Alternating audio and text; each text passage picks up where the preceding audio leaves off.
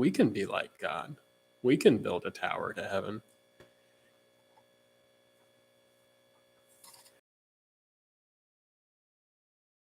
Suspicious of God? I think it does. It puts the same sort of question in our minds that Adam and Eve had, that every human being in their mind. Oh, are we going to say God is just trying to keep things from them? Or are we going to trust God that Him is all we need? This is one of the things about Genesis and about the Bible in general that I think as Jesus would put it, or as Isaiah would put it, this is something that will harden those who do not want to see, but for those with eyes to see and ears to hear, they will keep looking and keep trying to understand. I want to turn your attention back to verse 6 there in the Tower of Babel passage.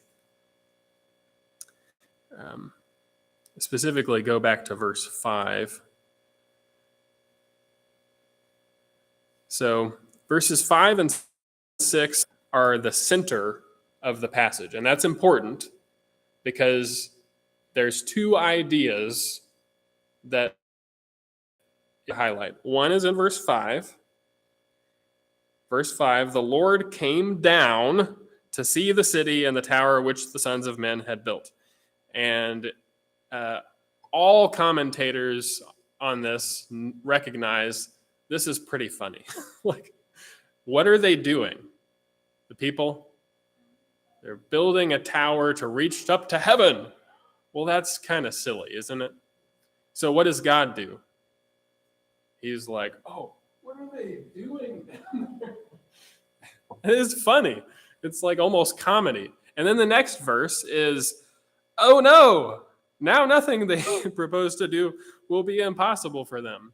Now, if you have eyes to see and ears to hear him, you see verse 5 and you're like, no, they can't be like God. But what the purpose of bringing those two different ideas together is those who trust God will ultimately see from this passage, they can't be like God.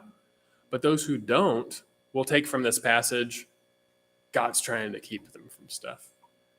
What a mean God. And, if you talk to an unbeliever about this passage, that's one thing that they'll point out. I pretty much guarantee it. They'll look at verse 6 and they'll be like, that seems like a mean-spirited deity there. But we look at the passage and we realize, hopefully, that no, they cannot be like God.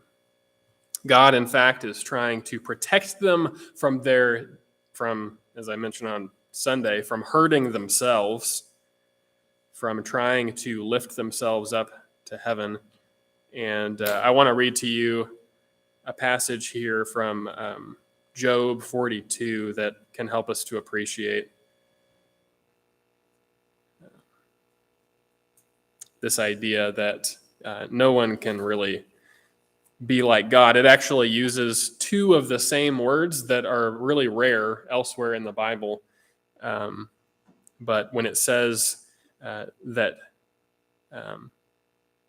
nothing they purpose to do will be impossible for them in verse 6, that's essentially what is said here in Job 42. Job answered the Lord and said, I know that you can do all things and that no purpose of yours can be thwarted. And then God speaks, who is this that hides counsel without knowledge? And then Job speaks, therefore I have declared that I will ask you and you instruct me. And Job speaks, I have heard of you by the hearing of the ear, but now my eye sees you. Therefore I retract and I repent in dust and ashes. So throughout, Job has been, essentially telling God, like, okay, we need to go to court together and I'm innocent, and he needs to answer. Yeah, like there's you, and then there's everything else, and I'm clearly in the side of everything else, and sorry, and that's the point. But Job says, nothing you purpose to do, God, is impossible for you, essentially. And um, so what is God doing? Well, he's trying to keep us from hurting ourselves. He's not saying that we actually can be like him. He's saying that we sure think we can. Okay, so this passage is a lot like the garden, but I hope you're seeing that there is a little bit there. Well, there's a lot more to it than that as well. For one thing, this is not about the fall of individuals, which is, Adam and Eve helps us appreciate that. This is about society. Society has failed now at this point. We've gotten a lot bigger. There's a book called Moral Man and Immoral Society, and the author of that book basically says that man is a certain way, and you put him together with a bunch of other people in society, and it gets worse. And he says, actually, if I could have renamed the title of the book, I would have called it Immoral Man and Even More Immoral Society. But that's what happens in Babel. It's you put a lot of people together, and things get worse. Another thing about Babel that really, really important for our day and age, any day and age, but I think especially in ours, is it has a lot to say about technology and innovation. So, Lauren, you can bring up my first slide that I have. The Tower of Babel, we actually know with pretty high level of certainty what the idea is behind it. It would have been that. It's called a ziggurat, and that's what you would build in ancient Mesopotamia. It was a marvelous, magnificent structure. It was designed actually to sort of bring the deity down to earth, and so that's what you have in mind with the Tower of Babel. But as you can imagine, it takes a lot of technology to build that sort of thing.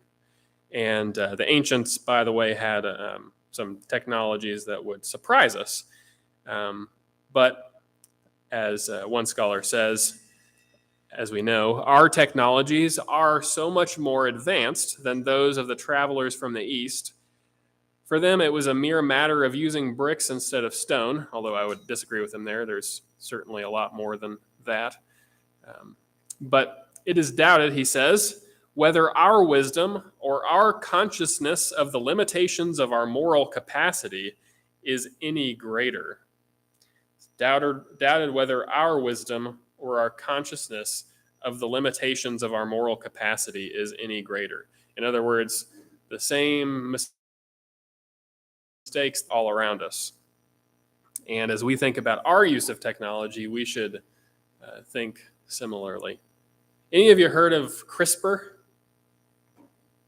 It's a gene editing tool, and it's, as I understand it, it's already been used for plants to edit the genome of plants. They can, I guess, turn certain genes on and off, and the idea is sometime in the future, perhaps, if you're having a baby, you can say, well, I want a baby with blue eyes. I want my baby to be a pro athlete. Now, I don't think any of this would work. In fact, I think that's part of the scary thing, is that we would mess around with something that's a lot more complicated than we realize and create a lot of problems. China, I understand, not China as a nation, but it has been attempted in China to use this on children already. Fortunately, it has been condemned as premature and unethical. Hopefully, it continues to be condemned as such. And I know there are a lot of people in the right places right now, a lot of Christians in the right places right now who have an important voice to pump the brakes on this and say, yeah, that's not ethical to mess with editing the human genome. But just to think of what could we do and what will we do? I mean, it's like the Jurassic Park thing, right? It's like Ian Malcolm in the movie says, you were so caught up with thinking if you could, you didn't stop to think if you should. And Babel can help us think about that. You could think of a lot of things here, I guess. Artificial intelligence. I don't personally think artificial intelligence will ever be really intelligent for a lot of reasons, but still, we can do some pretty remarkable things with artificial intelligence. The question is, should we do that? What if it goes wrong? When it goes wrong? And a lot of times as humans, we're caught up very much so with asking if we can do something and thinking we can do pretty much anything, but we don't realize the extreme consequences. And Lauren, you can bring up my other slide. So it helps us to think about, the fall in chapter 3 helps us think about individuals. This helps us think about society. It helps us think about technology. It helps us think about nations. And I kind of touched on this with society, but the actual coming together of nations. That is a famous painting by Peter Bruegel, if I'm pronouncing his name correctly. He painted it in 1563. And it's the Tower of Babel. It's his depiction of it. And he intentionally made it to look like the Colosseum in Rome because he wanted to capture in that the Tower of Babel helps us to think about all major kingdoms of the earth and ultimately how they are on a bad foundation. If you notice something about the tower, it's cockeyed, right? It's leaning. It's like the Tower of Pisa or something, and that's intentional. It's leaning. It's not gonna stand. It seems really impressive, but ultimately it's doomed. If you notice in the bottom left, that's the king with his retinue, and you've got people bowing down to him, worshiping him. You have his architects. You have someone over here who's apparently being oppressed and mistreated. And that is society. It's what we do. We worship the wrong guys because we read verse 6 and we think, oh, maybe we aren't so different from God. And we make a very grave mistake when we do that. So, well, lots more to talk about. I didn't even mention the whole confusion of languages thing, but Babel helps us. That's obviously a big part of it, right? Babel helps us to think about society in a way that penetrates to all kinds of different levels, and we would do well to learn from it and make sure that we're trusting in God and not in the nations, not in the technologies that we could have, and that we understand these things. So let's split into groups and pray together.